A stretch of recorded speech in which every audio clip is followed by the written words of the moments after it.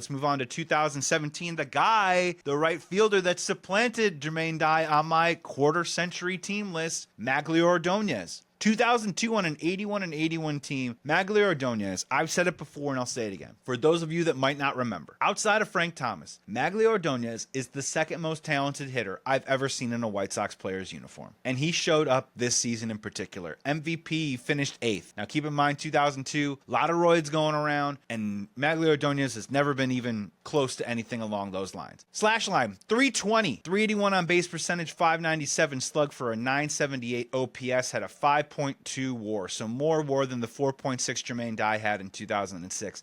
Hit 38 bombs, 135 RBIs, 47 doubles. That's a Mark Grace number right there, and 116 runs score. Those are absolutely just eye-popping video game type numbers. In 76 home games, get ready for this.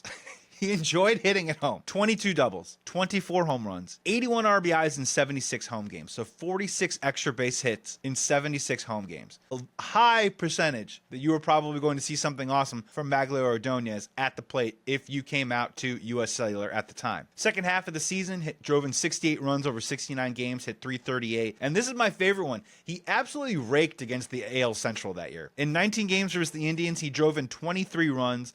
In 18 games versus the Twins, he drove in 24 runs. Man, this is a guy, Magglio Ordonez is kind of an underrated dude. Put a 25.3 WAR up in 8 seasons with the Sox. Just an incredibly talented hitter. And it is funny that when you look back at the Magglio Ordonez, the Carlos Lees of the time, incredibly talented hitters. But the White Sox had to move off of those guys and then won the World Series only a couple years after that. I don't think that was the norm. I think that was more the exception. Could the White Sox have won the World Series with Magglio Ordonez playing right field? I think they could have, but again, they needed guys like Jermaine Dye. They needed to trade guys like Carlos Lee and get back a Scott Pasenik that could charge them up at the top of the lineup. But Magglio Ordonez at 17 definitely deserves to be on this list with a fantastic season.